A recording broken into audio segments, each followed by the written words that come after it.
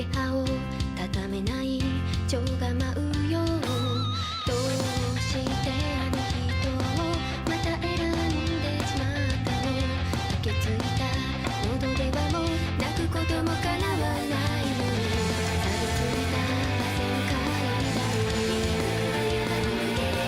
罪の鏡に刻まれた吸い継げるひび割れ全ては幻もういくあてはないというわらさまよ赤く美しくいられるようにあの人への愛しい恐れを抱いてわずかにとわり眠りにつきたいだからその手を離さないで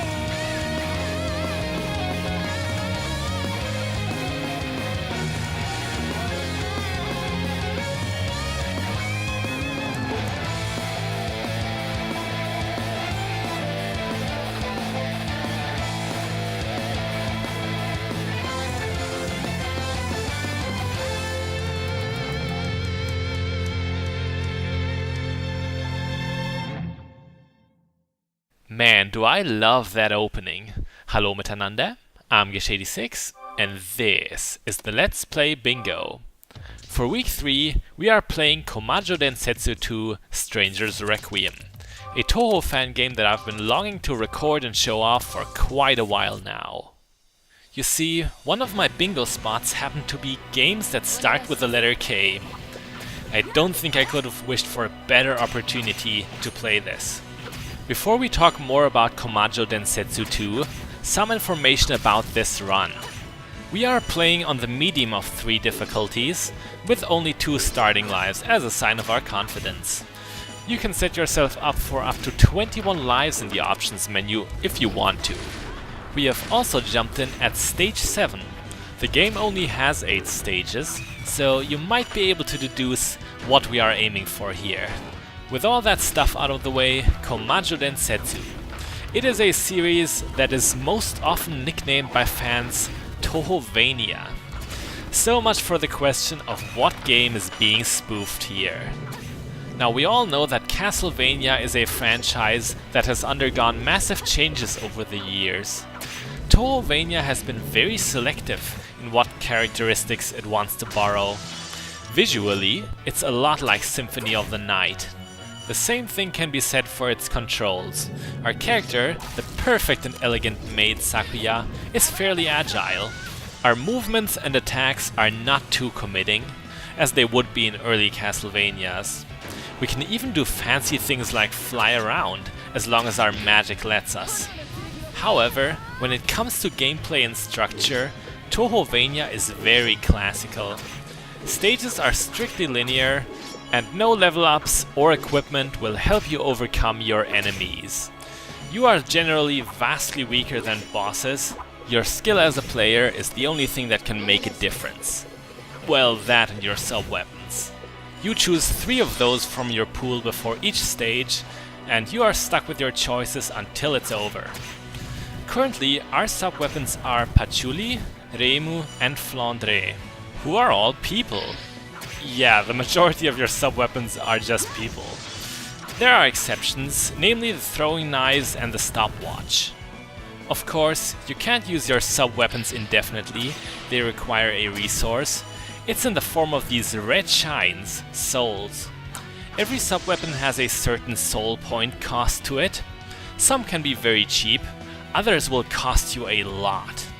Like our screen-clearing Flandre here, for example. She takes off a whole 50 points, but is very destructive for that price. As a little treat, sub-weapons in this game often copy, reference Castlevanias. Reimu's yin-yang orb that we've just seen basically behaves like the iconic cross. It's also a rather costly move with 35 souls, but if you're accurate with it, it is far more efficient against single targets than our crazy little Flandre. I don't think I would call a single sub-weapon worthless. That's not something you can always expect. Let's take Super Castlevania 4 for example.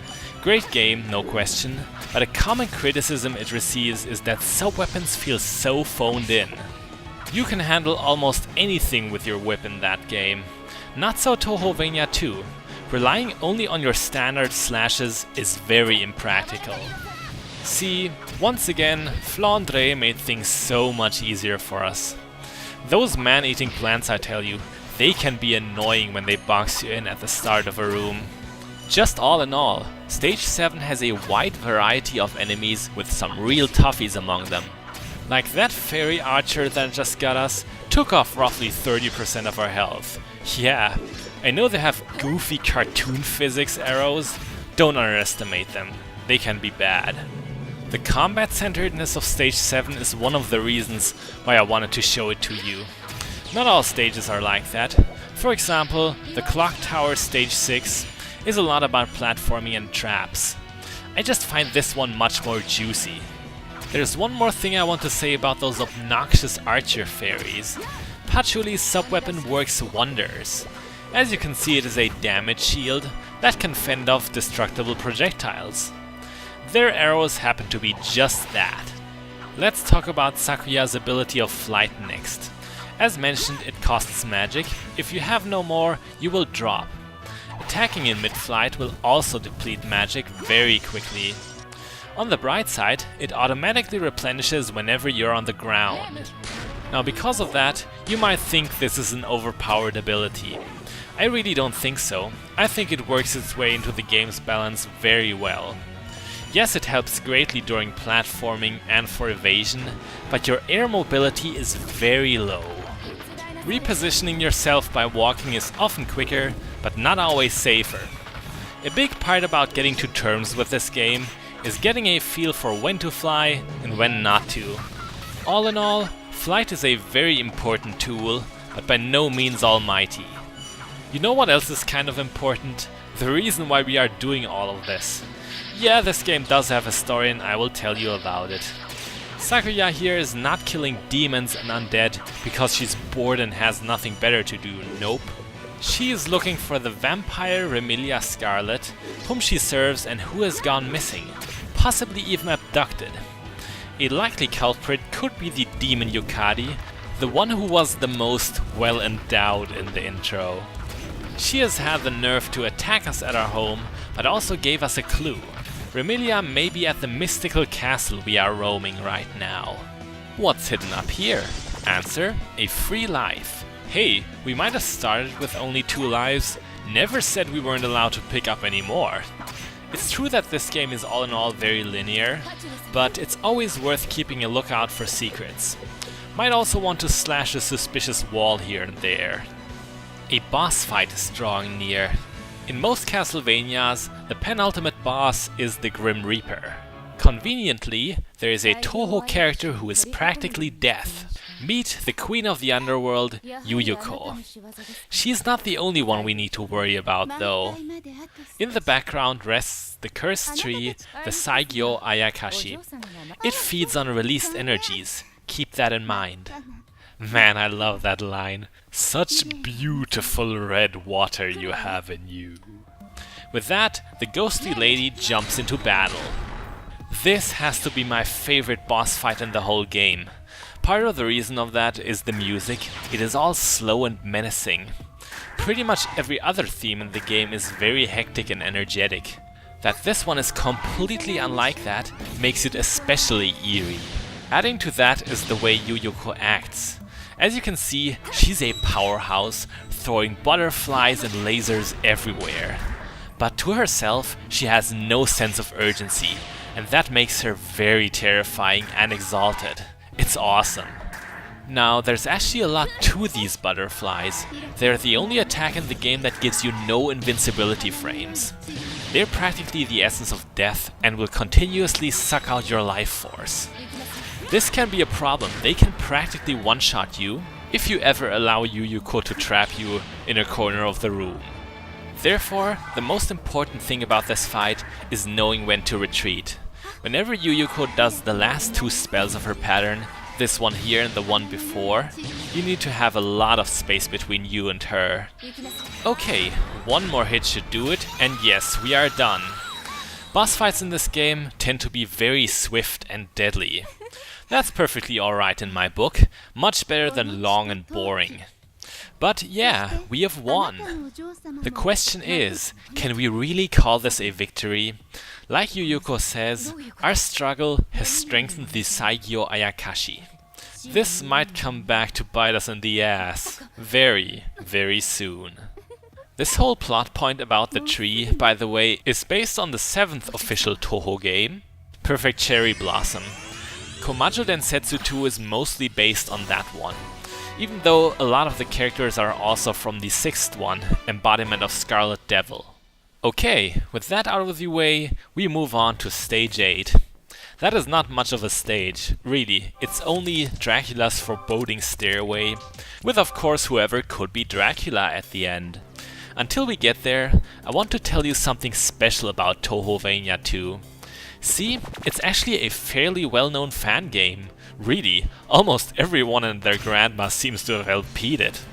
I think a big part of its success comes from what the developer Frontier Aya has done in the past. See, they sent representatives to Western fan forums for feedback and even actively helped in the creation of the English patch. As proof to that, the English and French patches for this game are actually included on the game's DVD. That is simply remarkable. It may seem like I'm making too big of a deal of this, but know that none of my other many Dojin games have their translation pre-packaged. Really, this kind of international marketing is extremely uncommon in the Japanese independent scene. Oh, the smashed wineglass means things are on. Yes, we have found our dear lady Remelia, but she seems to have completely lost it. We have no choice, we must do battle against her. Now the fight against Remelia is actually not that hard, believe it or not. Most of her attacks are fairly self-explanatory. There's a few that you need to watch out for though. One of them is her lunging forward and grabbing you. That one right there. If that catches you, she will suck your blood, damaging you and healing herself in the process. Even more dangerous than that is the attack we just tried to catch with our teeth, her triple Gungnir combo. That was very bad. Really, that took off more than half our health. Yeah, that's how this game rolls. That kind of puts us in a bad spot already, because as you might guess, this goes on, and without any health refills in between. Phase 2 pits us against Yukari, who is indeed our main villain, the one who pulls the strings. Despite that, she's really not all that difficult, mostly because this is meant as a preview, a kind of teaser if you want. She returns as the boss of Phantasm Mode. What is Phantasm Mode? It is a single stage selected separately from the main game. The special thing about it is hard. Insanely hard. Really, it would make me look so bad. I've beaten it on easy mode, but that's hardly something to brag about. It's only meant for the most dedicated among us. Well, Phase 2 went by pretty fast, but this is where things really start heating up. The Saigyo Ayakashi decides to stir things up a little and transfers its powers to Remelia. Know how Dracula always has this second, hideous demonic face to him? Little Remelia can do that too. Meet Yogen Remelia, roughly translated to Prophesied Remelia. This fight is the main meat, over the top and very challenging. It's also got an amazing soundtrack, one of 3 themes in the game that has actual singing. It's called the Rose-Killing Carmilla. Bit of trivia, a Carmilla in literature usually describes a lesbian vampire. What, you thought I was gonna go anywhere from there? Touhou and lesbians, how would that ever connect? Flandre is having one of her psychopathic moments here, don't worry about her. We don't actually have her with us right now, but we do have this girl with us, the Gate Guardian Mei Ling. She is actually very useful on this boss, and only costs 25 soul points per use. She is basically the axe in how she works, vertical arc and all. The time is coming. To display her readiness, Sakuya brings out the badass red eyes. Yes, let's dance until the end of this life. Well, that was a very short life. Yeah, decided to suicide there to gain back full health. So, prophesied Remelia. She can be pretty overwhelming at first. Dying 10 times until you have learned her pattern is perfectly realistic. It'll likely cost you even a few more until you're secure when to attack and when to lay off. Even nowadays, I'm guilty of often getting greedy with my attacks here. That's something that frequently kills me. Remelia's moves just come out very suddenly. If you don't brace yourself in time, you just won't be where you need to be.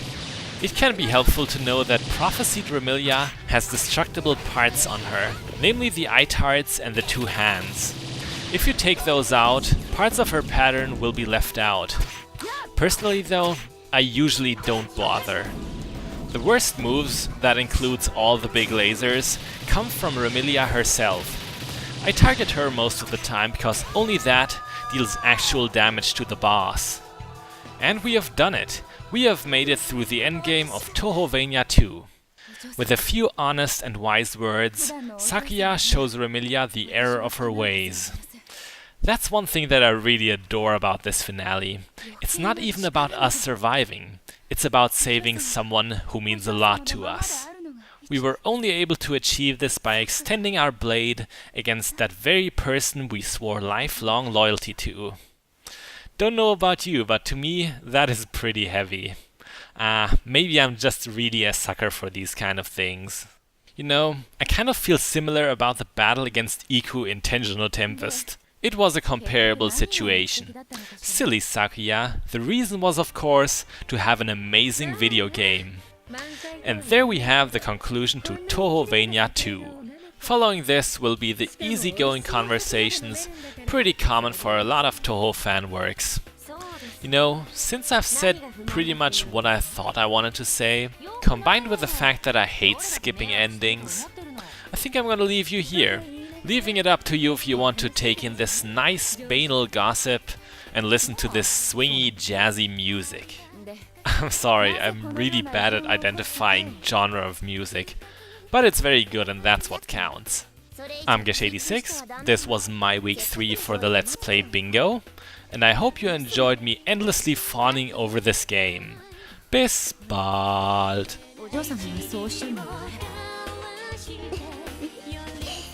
それにしても運動の後の一杯は最高に染み入るわね。外に生えていた巨大植物のソテーもなかなか肉厚で美味しいわ。お酒にもよく合うし、さすがさくらね。ありがとうございます、お嬢様。レミリアもこうして無事だったんだし、万事解決ってね。今日もお酒が美味しいぜ。あなたは書庫で本を持ち出しただけじゃない。そんなこともあったかな。あなたまたそんなことしてたの？抜け目ないわね。本当に。私は知識の探求に貪欲なだけなんだぜ。やーね、もうこっちお団子ないわよ。はい、ただいま。月が本当に綺麗。ヨーヌもこっちに来て見てごらんなさいな。はい、ただいま。酔っ払った。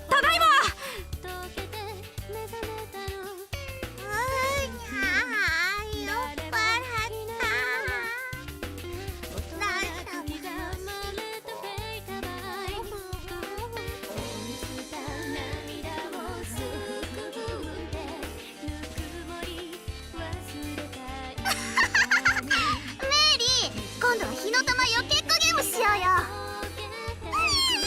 もう勘弁してくださいよ。やだ、もっと遊ぶの。アリスはお人形さん投げて爆発させる係ね。ちょっと本当に大丈夫なの？やばいんじゃないの？いくよー、ババーン。うわ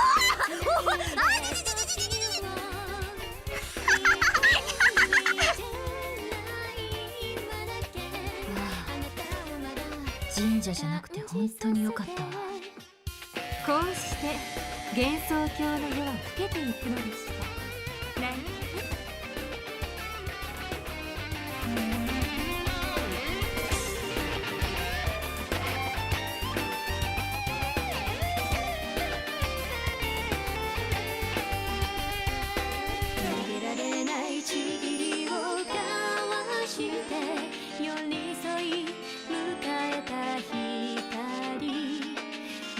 しの